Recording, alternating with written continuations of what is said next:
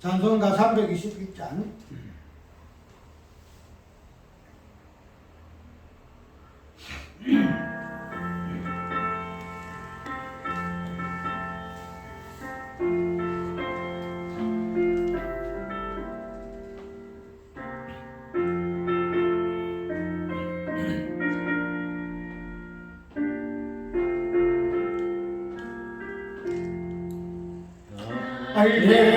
계속하신 예수께 내 생명 모두 드리니 신세 아래 하소서 내 구주 예수여 구주 위에 살리라 내 기쁨 발길 인도하소서 내 구주 예수여 구원하신 예수를 일평생 의지하오니 날 용서하여 주소서 내 구주 예수여 나 구주 위에 살리라 내 기쁨 올라가시리 날 인도하소서 내 구주 예수여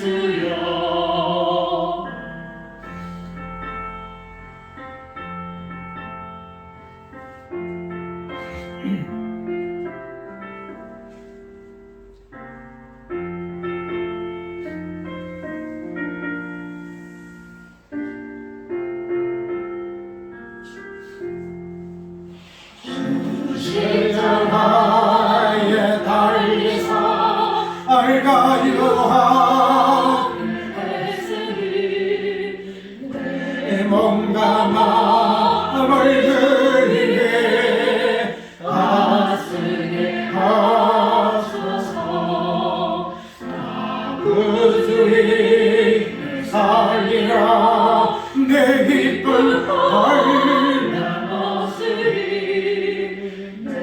살길 인도하소서 내 구주 예수여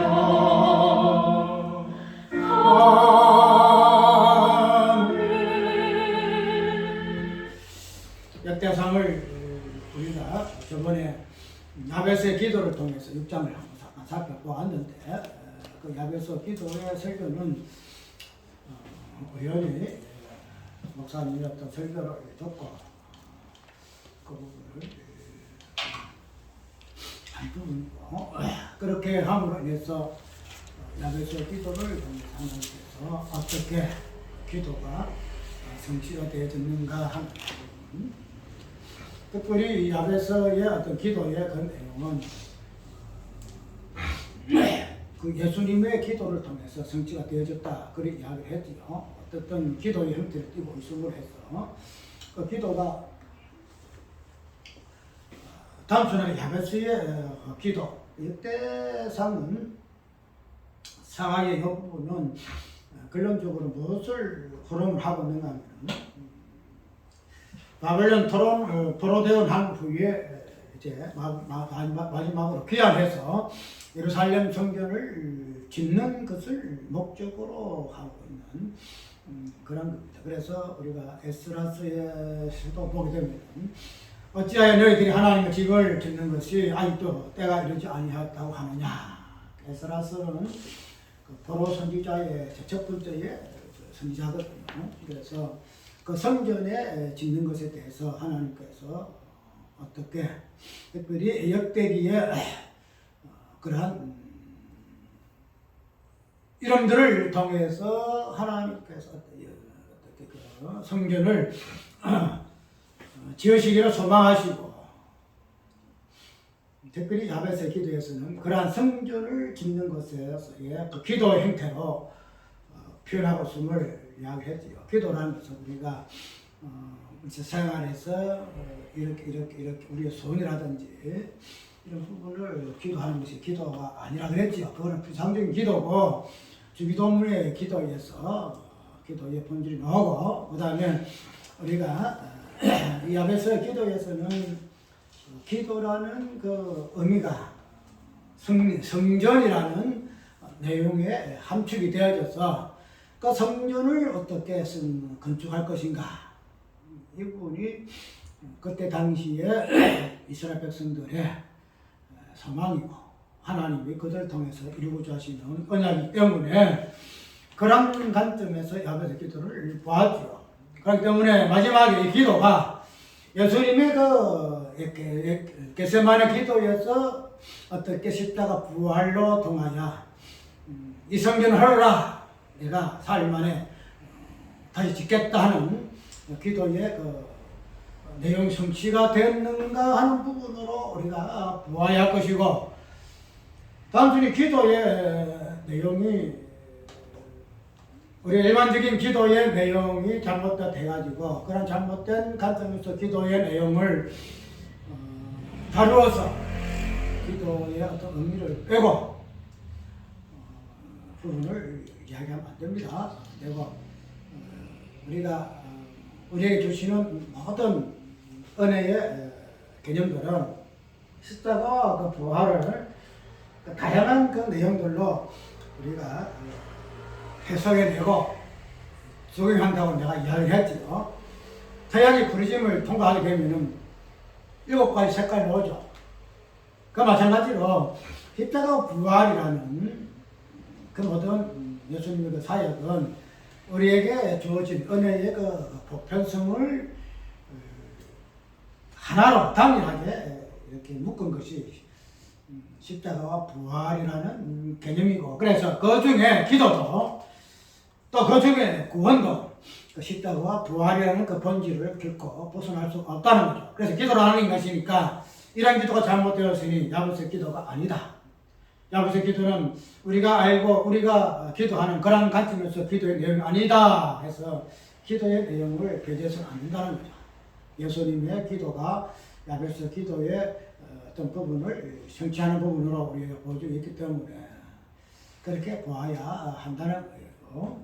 그런데 오늘 역대기를 보게 되면은 역대기 3에서의 야베스가 그러한 어떤 중심적인 부분에서 역할을 한다 할 것 같으면은 이제 역대하를 이렇게 시작을 부분적으로 볼 거예요.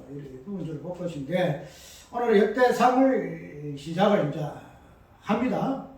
1장을 이렇게 볼 것인데 1장 1절에서 4절까지 한번 볼까요? 아담, 셋, 에노스, 게남, 말랄레, 야렛, 에녹, 무두셀라, 그 다음에 노아, 셈, 함과 야베. 간단하게 뭐 낳고 이런 것이 아니고 그냥 이름만 딱 지었죠.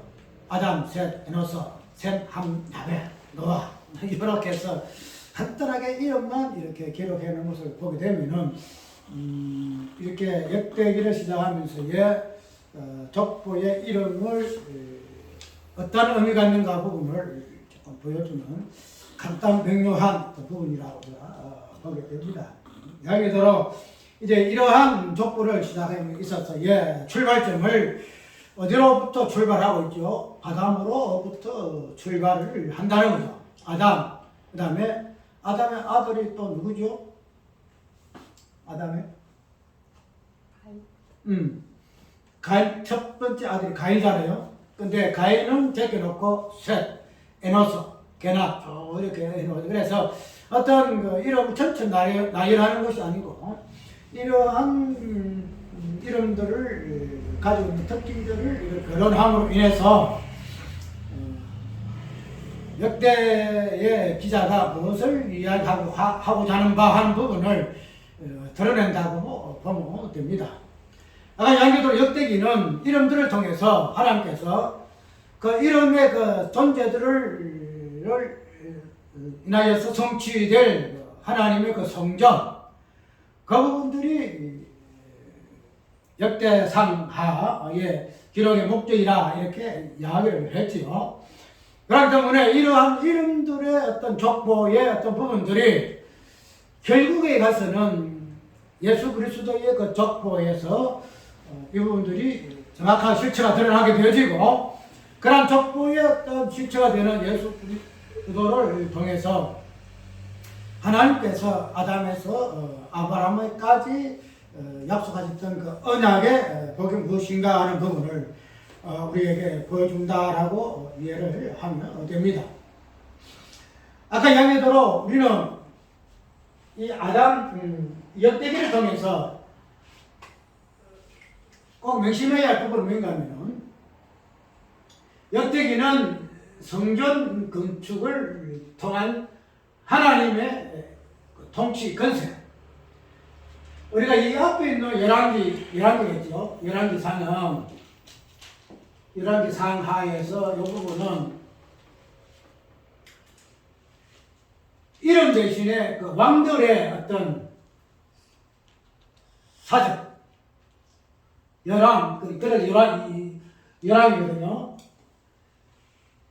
이러한 열왕기의 어떤 내용을 무엇인가 하면은, 보통 이 부분에 보면은 다양한 왕들이 오고 실패를 하기도 하고 하나님께 온전히 순종한 그런 열왕들의 그 모습들이 쭉 나오지만은, 그러나 이 열왕들의 대표적인 인물에서는 다윗이가 나오죠. 다윗이가 많이 나오는데, 이 열왕기의 목적은 무엇인가 하면은 동일해요. 왕의 개념이 무엇인가? 왕은 통치하고 다스리라는 하나님의 그 언약의 성취적인 부분. 우리가 5가지 나누잖아요. 정육에서 마지막에 번성, 그 다음에 마지막으로 통치하라, 다스리라. 요거를 우리가 언약 5가지로 보통 나눠보는데, 이런 그 통치의 그 건세가 왕들을 통해서 어떻게 실패한 왕을 통해서 그 통치의 어떤 그 실패적인 부분을 그러한 통치한 왕을 통해서 보여주고, 그 다음에 특히 다윗이라는 인물을 통해서 하나님의 그 통치하라는 그 왕권이 어떻게 온전히 세워지는가, 그 다윗 언약을 통해서 보여주는 부분이거든요. 그래서 어쨌든 열왕의 어떤 개념 통해서는 하나님의 왕됨의 그 통치, 그 부분들을 열왕의 어떤 사적들을 통해서 보여주는 것이 열왕기 상하의 목적이죠. 그 다음에는 역대기는 뭐예요? 역대기는 아까 역대기의 내용 자체가 무엇을 중심으로 했죠? 성전 건축이죠. 성전 건축. 바벨론 포로에서 돌아와서 다시 유다 땅에서 하나님의 백성을 어떻게 성충할 것인가 하는 이 부분을 담고 있는데, 그래서 역대기는 성전 건축을 목적으로 할 것 같으면 이 성전 건축의 목적이 뭐예요? 통치하는 거죠. 우리가 옛날부터 하나님의 그 성막,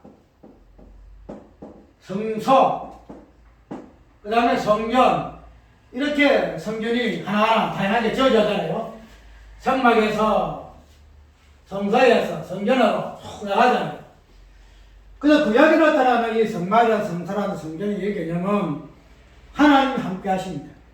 하나님의 언약의 통치가 어떻게 자기 백성들에게 무엇을 통해서 하나님이 왕됨의 건설을 드러내시고 다스리시는가 하는 이 부분들이 성막과 성전의 개념이죠. 그걸 통해서 보여주는 거예요.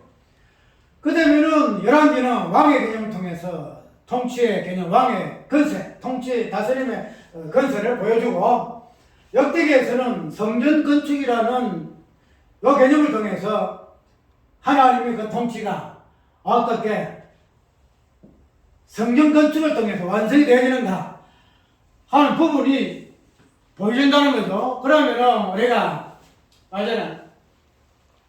열왕의 목적, 왕의 목적, 예수 그리스도의 왕되심의 목적, 그 부분이 하나님의 왕되심, 예수의 왕되심에 보여지는 부분이고, 성전 건축도 마지막이잖아요. 예수님 자신의 성전 되심을 통하여 그 성전 안에 예수 그리스도를 몸을 통해서 하나님 어떻게 당신의 그 왕권을 드러내시는가 하는 부분을 보여주는 것 같으면 모든 것이 역대기 열왕기의 모든 그 내용의 핵심적인 부분들이 마지막에 예수 그리스도의 성전 되심을 통하여 이루어지고 그것이 몸된 교회, 성전된 몸된 교회를 통해서 드러나고 증거되어지는 그런 부분으로 이해가 되어진다는 거죠. 그러면 우리 어쨌든 이 역대기의 출발을 아담으로부터 시작한다는 거죠. 아담. 조상들의 뭐랄까요? 조상들의 그 족보니까 조상들의 그 천벌이가 되는 아담으로부터 그걸 되는 거는 사실이잖아요. 아까 내가 이야기했듯이 이번 주에는 설교가 뭐랄까요? 아까 오전 10시 전에 마음을 연 거예요. 오전 설교도 그렇고 오전 설교가 안 되니까 오후 설교도 이후 설교도 뭐랄까 감이 안 잡혀. 그래서 순서대로 계시록을 할까?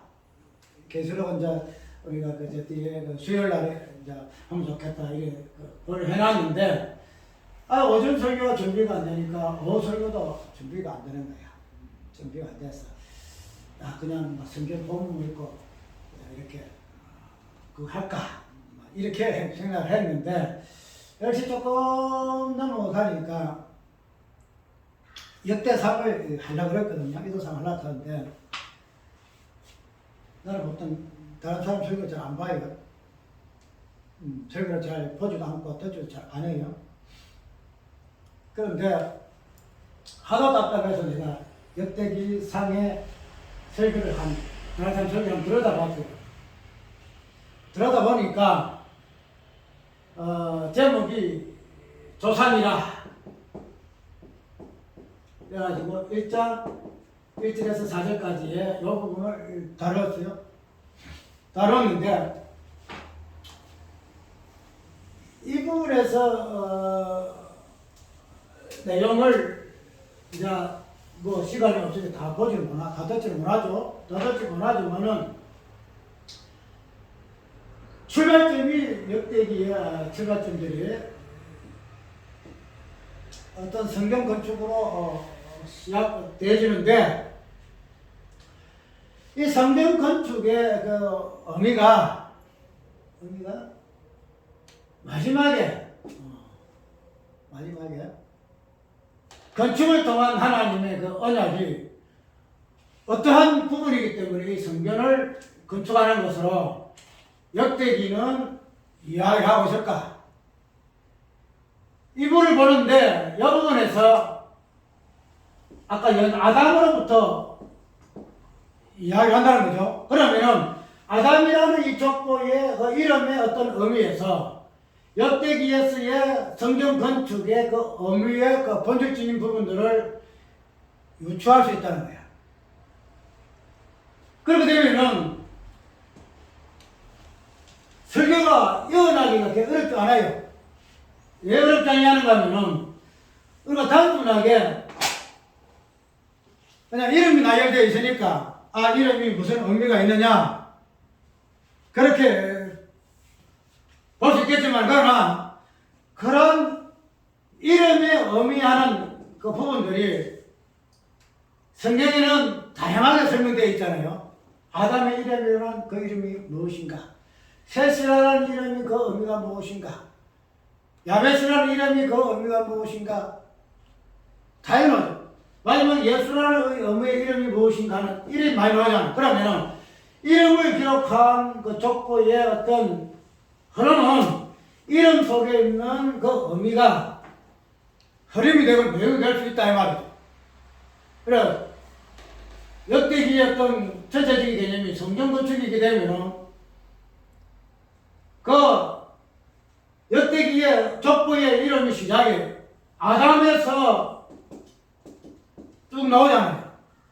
그럼 이 아담이라는 인물 속에 성전 건축에 본질이 들어있다는 거예요. 본질이.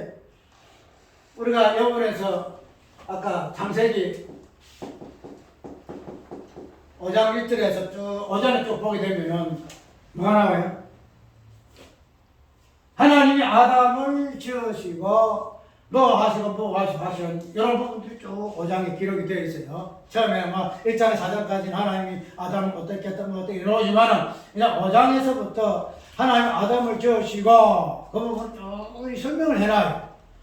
그렇게 보게 되면은 역대기에서 족보의 시작을 아담으로부터 시작을 할 것 같으면은 역대기에 흐름이 되는 성전 건축이라는 요 개념도 무엇으로 아담이라는 요 인물의 어떤 의미에서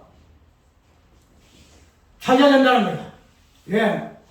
그 족보로 갖다 아담으로부터 시작했으니까 이름을 시작했으니까 역대기는 성전 건축이 목적이니까 그 성전 건축하기 위해서는 뭐가 있어야 된다?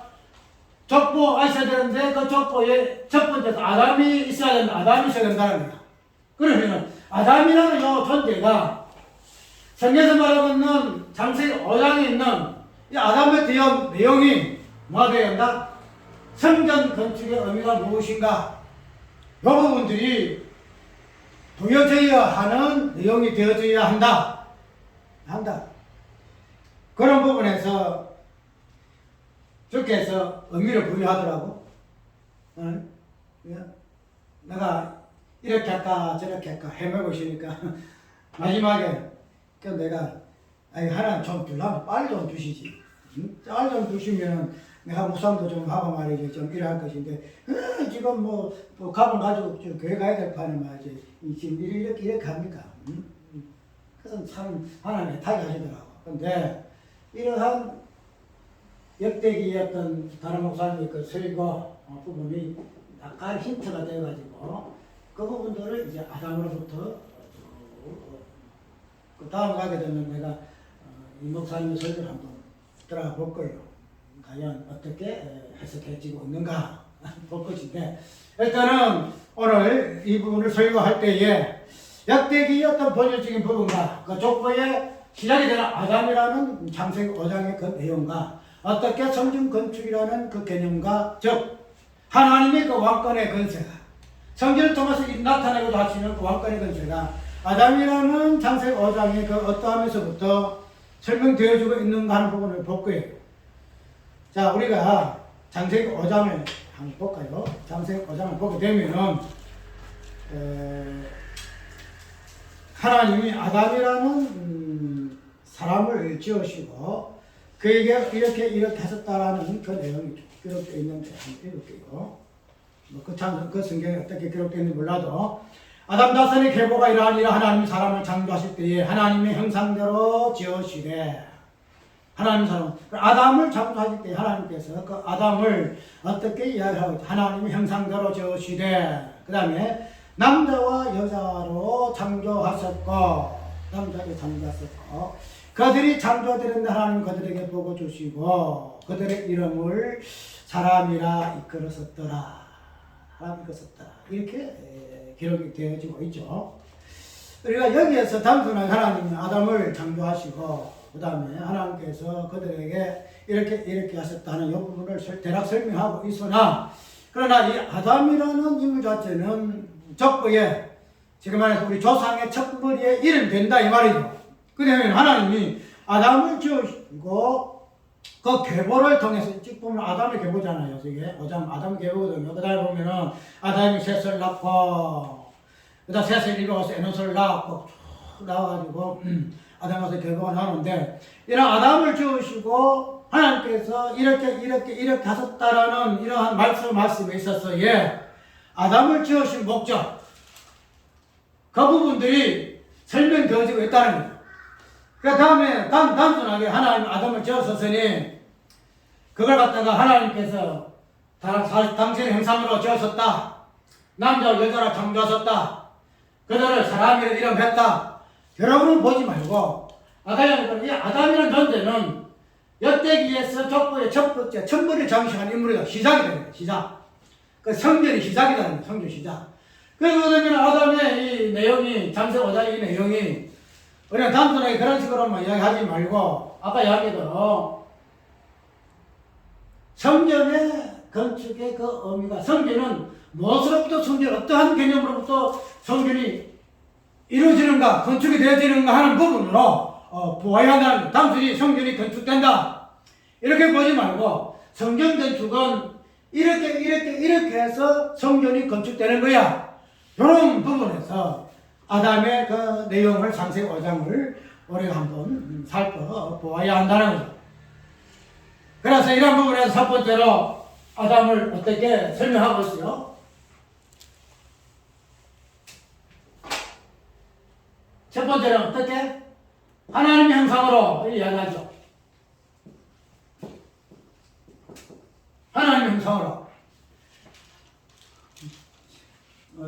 이거 하나만 가도 어떻게 이야기가 끝이 없을 것 같으나 오늘은 간단하게 그냥 개괄적으로 다음이시니까 이야기하긴 하고, 우리가 이 하나님의 형상이라는 부분은 단순히 어떻게 서술하는 입장에서, 하나님이라는 이 부분을 서술하는 입장에서 형상 이런 개념으로 우리가 보통 많이 이해를 해요.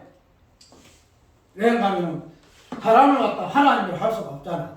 하나님을 할 수가 없기 때문에 사람을 하나님의 형상이라 이렇게 우리가 서술을 하는 것으로 이해를 해요.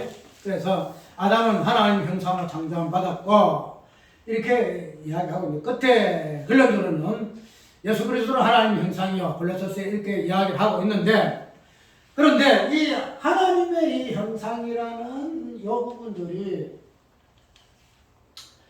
단순하게 어떤 형상, 하나님의 어떤 모습적인 부분, 형상은 어떤 부분이잖아, 모습이거든요.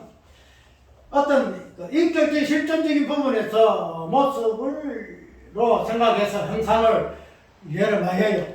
그런데 우리가 이 하나님의 형상이라는 이 부분을 어떤 인격적인 존재로서 보게 되면은, 아까 얘기했습니다. 하나님은 인격적인 실존이잖아. 그래서 우리를 하나님의 형상으로 이야기하게 되면 우리가 하나님의 어떤 인격적인 존재로서 하나님 형상으로 하게 되게 되면은 아까 얘기한 대로 형상이라는 개념 자체가 피상적이다 이 말이에요. 하나의 서술. 이 말해서 본질적인 부분이 아니고 서론적인 부분이라 이거죠. 하나님의 어떤 인격적인 본질에서의 형상으로 이야기를 하는 것이 아니고 어떤 모습에서 서론적인 부분에서 하나님의 어떤 본질이라는 것이나, 우리는 하나님의 본질이 아니기 때문에 뭐한다? 모습에서, 형상에서, 그래서 서술적으로 하나 설명하는 식으로 그렇게 형상을 이해를 많이 했다는 거죠. 그런데 오늘 이 본문 속에서 나타나는 그 아담의 형상 이 부분은 특별히 성전 건축이라는 이 개념과 맞물려 있음을 복같으면 단순하게 형상의 개념이 어떤 하나님의 어떠하심의 그 모습, 우리 사람으로 이야기 같으면은 우리 사람과 같은 그러한 어떤 보여지는 모습으로서의 형상을 이야기하는 것이 아니고, 오늘 성경의 관점으로 하나님 형상을 이해할 것 같으면은 이 부분이 완전히 달라져 버려요. 어떻게 달라지는가 하면은 이 형상 그 자체가, 아까 성전 자체는 하나님이 뭐라 그랬죠? 통치, 건세, 이 부분을 이야기한다고 그랬죠. 그러면은 이 형상이라는 이 부분들이 통치라는 하나님의 성전이라는 이 개념 속에 우리가 이해를 해 볼 것 같으면은 이 형상 자체가 단순히 형상으로 끝나지 않는다는 거죠. 우리가 하나님의 통치라 이 부분을 이해할 때 그 통치 개념은 무슨 개념이에요? 무슨 개념? 생명 개념이죠. 생명 개념. 사망이 다스리고 사망이 주관하는 이러한 부분에서 하나님의 통치는 사망을 피하시고 생명을 부여되어지는 이 부분을 하나님의 통치라 이렇게 이야기를 해요. 쉽게 말해서 성전의 개념은 생명의 개념과, 그래서 우리는 이 성전 안에서는 뭐가 나오죠? 언약계 개념이 나오고, 그 다음에 만나의 개념이 나오고, 다양한 이런 모습들이 나오잖아요. 그 성전의 본질은 생명이거든요. 그러면은 성전이 통치 개념인데, 통치의 밖으로 드러나는 통치 개념은 그 본질은 뭔가 하면은 생명이 들어가는 거예요. 생명. 그러면은 우리가 하나님의 형상이 어떤 인격적인 어떤 모양의 모습이 우리가 성전의 개념에서 한원에서 바꾸어서 해석해 볼 것 같으면은 이 하나님 형상이 무엇으로 보여진다? 생명으로 보여진다는 거예요. 생명으로. 하나님 형상. 그래서 오늘 본문을 보게 되면 뭐라 그랬죠? 창세기 5장 아담의 자손의 계보를 하니 하나님이 사람을 창조하실 때에 하나님의 형상대로 지으시되, 하나님의 형상대로 지으시되. 그래서 단순히 지으시되 이 창조에 있던 이 개념 자체를 어떤 모양, 어떤 방법 이런 부분을 이야기하고 있지 아니시고 어떻게 생명이라는 이 배선 속에서 이야기하고 있다는 거예요. 생명. 어렵죠? 우리가 이 생명은 본질적인 부분이에요. 본질적인 부분인데 우리가 하나님의 형상을 이해하게 되면은 본질은 좀 벗겨놓고 어떤 드러나는 모습. 그래서 서론적인 부분이지만은 이런 하나님의 형상 그 자체가 성전의 개념에서 본질에서 나타난 생명의 개념으로 이해해 볼 것 같으면은 하나님이 사람을 어떻게 하셨다? 당신의 형상으로 창조하셨다. 쉽게 말하면 하나님의 생명으로 창조하셨다. 하나님의 생명으로 창조하셨다. 이렇게 이해를 할 수 있다는 겁니다. 우리가 예수님을 하나님의 무엇으로 보죠? 하나님 형상이라 하니 항상 하나님 형상. 우리가 아까 얘기했던 이 형상은 서론적인 서술적인 부분이죠. 서술. 어떤 모양의 다양한 어떤 그림자, 하나님의 그림자, 이 부분들이 형상의 개념의 모습이다 이야기했죠. 그런데 우리가 하나님의 형상으로서의 본질은 예수 그리스도를 이야기하잖아요. 예수 그리스도. 그럼 예수 그리스도의 본질은 무엇일까? 태초에 생명이 있었습니다. 태초에 생명이 있었습니다. 예수 그리스도가 하나님 생명으로 이야기한다. 하나님 생명으로. 그렇게 되면은 우리가 단순히 인격적인 실존적인 본질 부분에서 모습에서 우리가 하나님 형상이라 그렇게 함으로 인해서 어떤 비상적인 부분에서 하나님 형상을 이해하지만, 그러나 성령의 개점에서 나타나는 생명의 본질을 지닌 부분을 우리가 도입해 볼 것 같으면은 아담을 하나님이 사람을 창조하고 하나님 형상이라 하는 부분 자체가 단순히 하나님의 예언적인 모습에서의 형상의 개념이 아니고 본질적인 부분에서의 하나님의 생명을 의도하고 의미하고 있다는 사실. 그래서 이 부분의 첫 번째에 적용이 누구에게? 하나님의 형상대의 본질이 되시는 예수 그리스도. 그래서 그분을 하나님의 생명으로 이야기하고 있던 이유를 우리 여기서 발견한다는 거예요. 그래서 아담이라는 이 존재는 단순하게 우리 인간의 어떤 머리로, 첫사람 인류 머리로서의 아담이라기보다도 그 의미가, 하나님 왜 아담 사람을 창조했을까? 의미가 역대기에서 생명 변축을 염두에 뒀다 이렇게 얘기해 볼 것 같으면 그 사람을 왜 하나님 형상을 했을까? 그러면 하나님에게 형상이라는 그 본 자체가 성전의 본질이 되어지는 생명을 의미하고, 아담 자체가, 아담이라는 존재가 성전의 모습을 보여주는 존재일 것 같으면 그 성전의 의미가 되는 아담을 하나님의 형상으로 표현했을 것 같다면 그 본질적인 그 표현이 하나님의 형상이 하나님의 생명이다. 하나님의 생명이다. 우리가 이렇게 이야기합니다. 우리의 모든 것들은 생명의 본질과 관련이 있어요. 생명이 아닌 것들은 아무 의미가 없다는 거죠. 왜? 없음이 있음이 되는 것은 생명이 부여됨으로 있음이 된다는 겁니다. 없음에서 없음으로 끝날 것 같으면 그건 아무 의미가 없어. 그렇죠? 없음 자체가 우리 인간들인데 죄에서 태어나서 죄로 막 사망하고 결국이 그렇게 되실 것 같으면 우리 인간은 아무 의미가 없어. 생명 없으면 아무 의미가 없다는 거예요. 그래서 성경 그 자체는 구원이라는 그 자체는 무엇을 이야기하죠? 생명을 본질하고 있죠. 본질로. 그 우리가 이 생명이라는 이 개념 자체를 우리가 단순하게 하나님이 저 사람 아담을 지었을 때에 이 생명의 개념은 어떻게 당신이 언약의 복으로 우리에게 허락하셨는가? 생명의 개념 속에서 우리가 보아야 하는데 영예도로 하나님의 형상이라는 그 매체를 우리는 하나님은 높은 데 계시고 우리는 이 땅의 피조물이니 우리는 어떻게 감히 하나님을 존칭하겠느냐?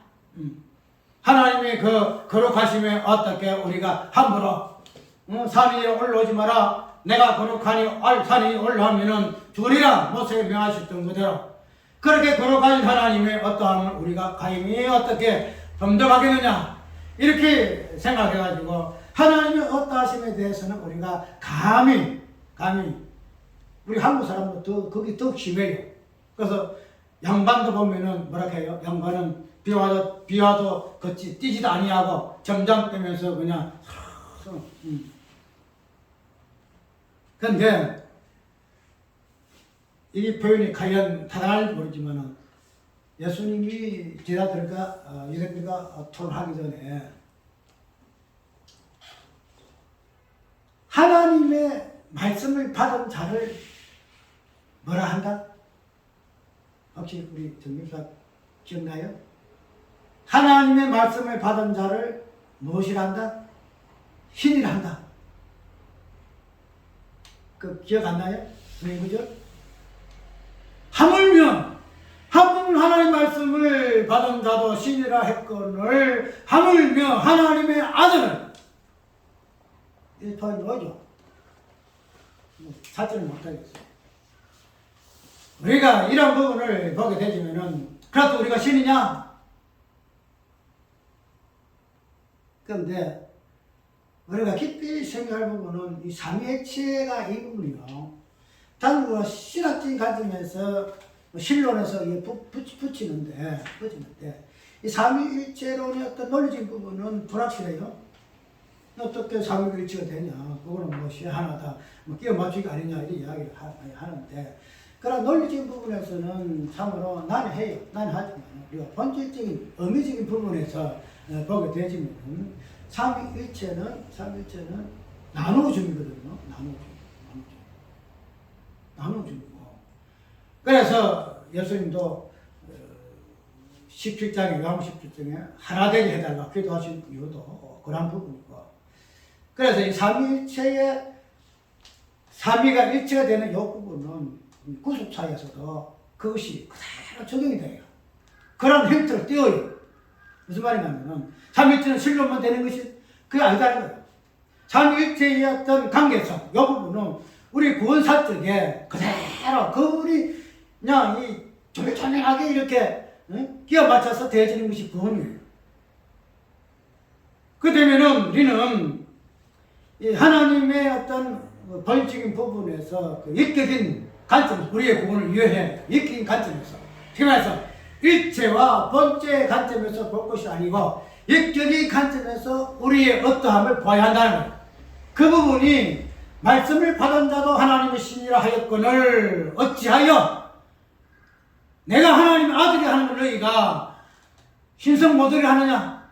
이리 하거든요. 근데 이 부분을 나는 우리 이제 목회를 하게 되면 신학 컴페에서 조지 신학을 다시 썼으면 좋겠어. 자네들이. 결신하기 너무 잘못됐다. 그래서 이런 부분을 참 소망하고 있는데, 어쨌든 이 하나님의 형상이라는 이 부분이 어떤 모습적인 부분에서 형상을 이야기하기 때문에 우리가 하나님의 어떤 본질적인 부분에 다가갈 수 없다 했지만은, 그러나 이거 형상적인 모습적인 부분에서 벗어나서 본질적인 부분에서 생명이라는 관점으로 우리가 이해할 것 같으면은 하나님의 생명을 받은 자가 우리들이라는 거야. 하나님의 생명, 하나님의 본질이에요. 하나님의 생명을 본질을 우리가 받았는데 우리가 감히 본체적인 부분에서 하나님이라고 말을 할 수 없으나 인격적인 부분에서 우리는 어떻게 한다? 하나님이다. 그러니까 우리는 예수 그리스도다 이 말이죠. 이런 부분에서 우리가 너무 신성모독이라 해가지고 이것을 그냥 두려워하고 이것을 터치하는 것을 그냥 뭐 신성 뭐라 할까 뭐 2단 3단 되어지는 것으로 겁을 냈다는 거죠. 근데 하나님 형상의 본질은 성전의 본질이 되어지는 생명의 개념으로 이해할 것 같으면은 아담을 하나님의 형상이라 부르는 것 자체가 무엇이다?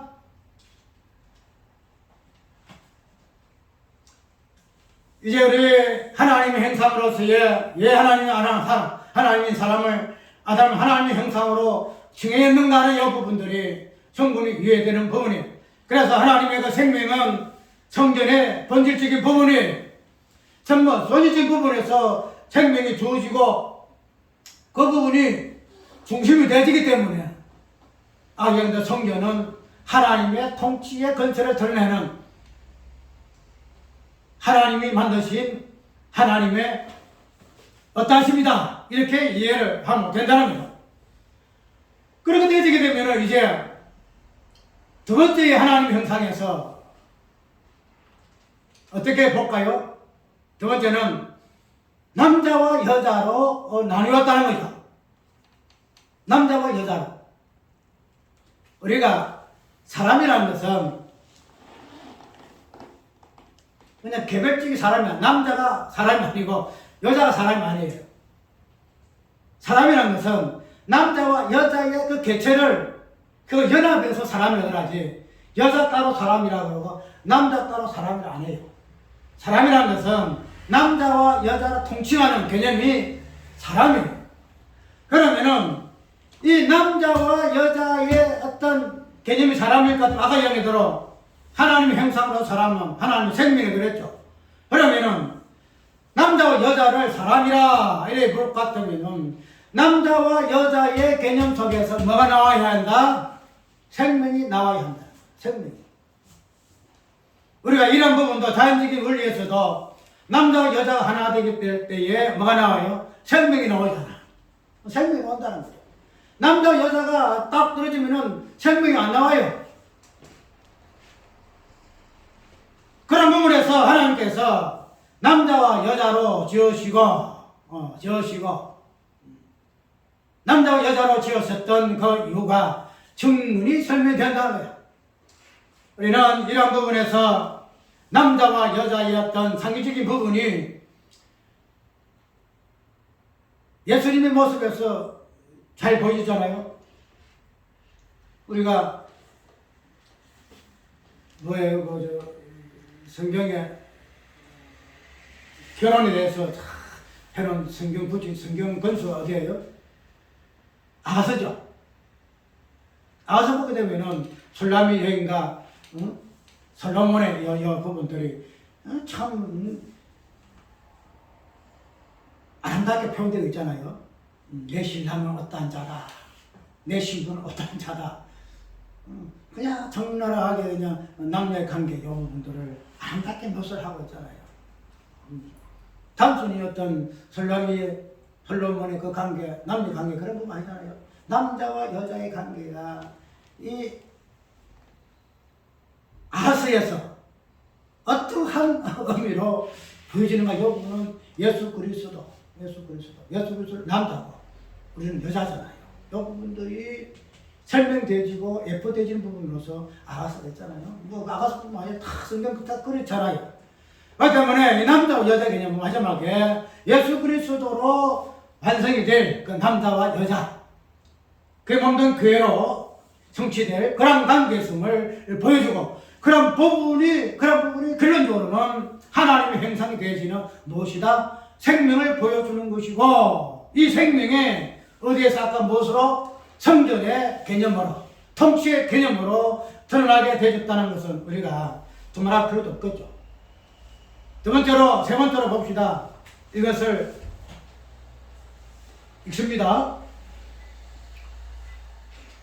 남자의 창조하셨고 그들이 창조된 날 하나님 그들에게 복을 주시고 그들의 이름을 무엇을 하셨다?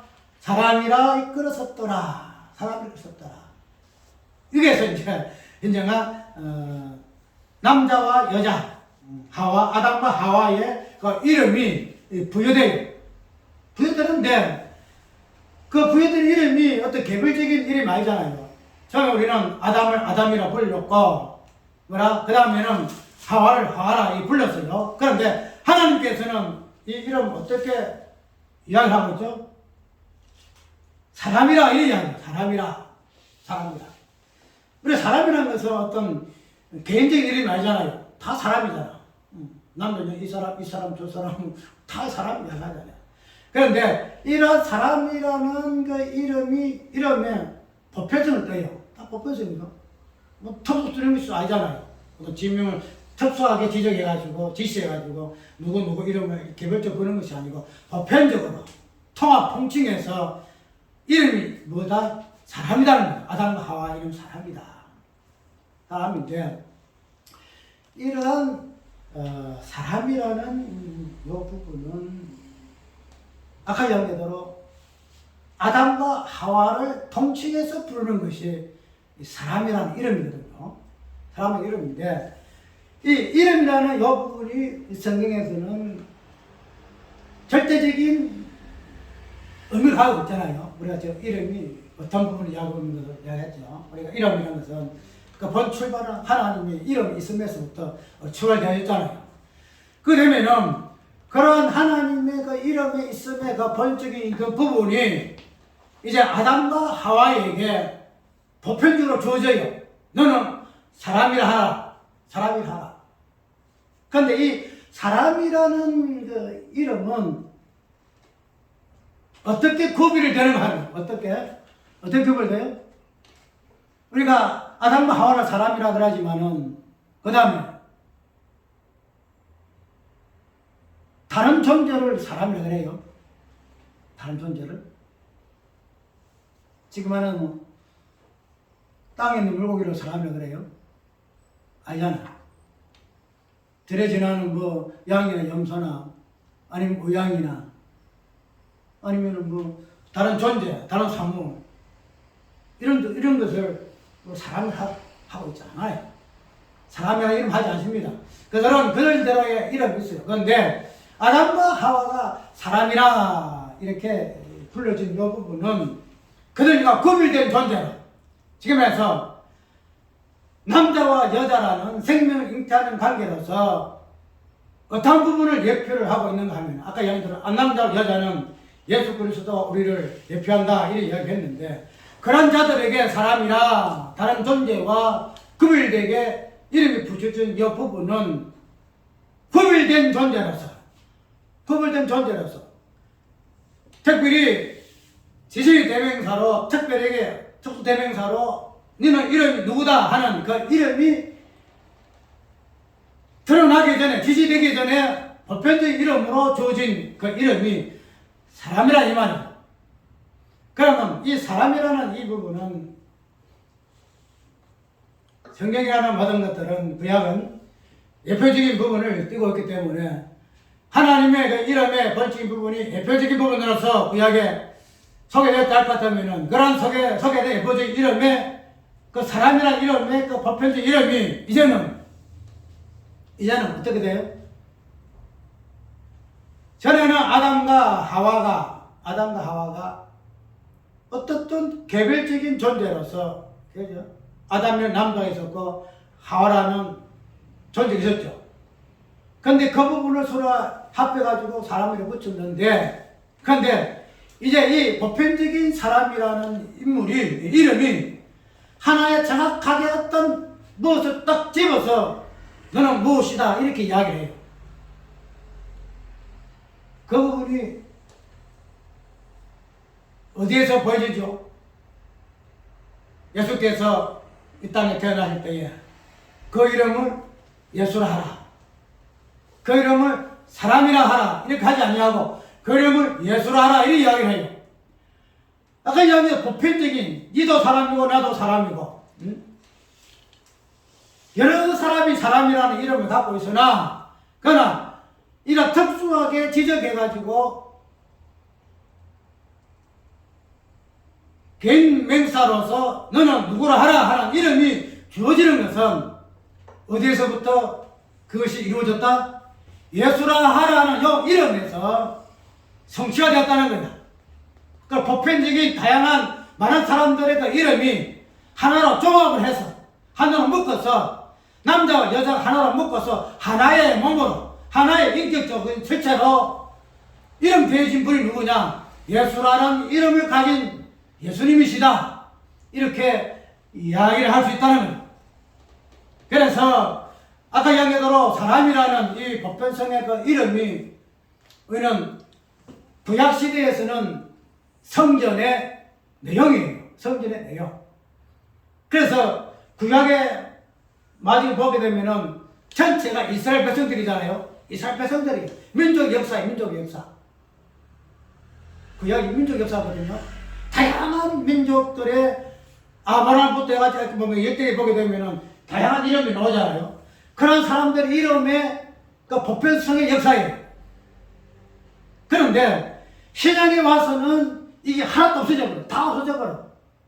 아까 우리가 사도행전에 천하인간에 우리에게 구원을 이룰 만한 이름을 주신 예수 이름 외에는 주신 이름이 없다 이렇게 이야기하고 많은 사람의 이름이 그냥 난제해서나 구약에서 난제했죠. 그런데 신약에 와서는 이 이름이 하나로 그냥 딱 뭉쳐버려. 무슨 이름으로? 예수라 하라. 예수라 하라. 예수 이름으로 하나로 통일되어짐을 볼 수가 있다는. 그래서 우리는 이러한 이름을 통해서 마지막에 하나님께서 성전을 통하여 당신이 어떻게 통치할 것인가 하는 이 부분들이 성취되어지는 것을 우리는 예수 그리스도의 자신의 성전 되심을 통하여 우리는 알 수가 있다는 거죠. 역대기에 있던 이 족보의 그 내용은 아담이라는 인물을 머리로 해서 시작되어지고 있는데 이러한 이유가 그 자체가 하나님께서 아담을 어떻게 형상으로 어떻게 남녀 한상으로 어떻게 무엇으로 이름으로 이런 식으로 하나하나 설명하는 이 부분에서 이 설명 개념 자체가 역대기에 하나님이 지으신 이스라엘 민족으로 하나 완성되질 성전의 본질적인 부분을 미리 아담이라는 인물을 통해서 보여주고 있다는 거죠. 그것을 무엇이다? 언약의 복이다. 이렇게 이야기한다는 거예요. 우리는 단순히 역대기에 누가 이런 단순하게 족보의 개념이 아니라 하나님께서 성전을 어떻게 그들을 통하여 지으시기 언약하셨는데 이 언약의 의미를 아담이라는 그들의 조상이라는 그들 조상이잖아요. 아까 우리 저 신목사도 또 조상이라 제가 조상이라 붙였대. 조상이에요. 조상. 그 조상을 통해서 하나님께서 어떻게 이 부분을 이루실 것인가 하는 그것을 보여주는 것이 역대기 상하, 열왕기 상하 이 부분들이라는 거죠. 그래서 우리가 오늘 단순히 역대기의 어떤 이 부분들이 좀 뒤로하고 그러하나 오늘 역대기를 처음 본 이 부분에서 아담이라는 이름을 통한 역대기의 성경의 개념이 어떻게 드러나고 이런 부분들을 에스라 선지자가 이스라엘 백성들의 역대기라는 성경을 지어서 그들에게 보여준 의미다 이 말이죠. 알아라, 이거 보아라. 이것으로 하나님 백성 우리에게 약속하지 않냐느냐. 우리 조상 아담을 지었지 않냐느냐. 이것을 우리는 성전을 지어할 것인데 왜 이놈들아 성전지 지가 그래까지 부럽다면서 너 집 자기가 바꾸냐? 응? 얘 목회를 이 모양 저 모양으로 핑계치냐? 얘 미루냐? 응? 그것을 우리는 좀 생각을 좀 해봐야 한다. 오늘 간단하지만은 그러나 간단한 주제가 아니죠. 그래서 성경지 부분에서 좀 더 깊이 있게 묵상하고 돌아보는 귀한 시간 되기를 바랍니다. 찬송가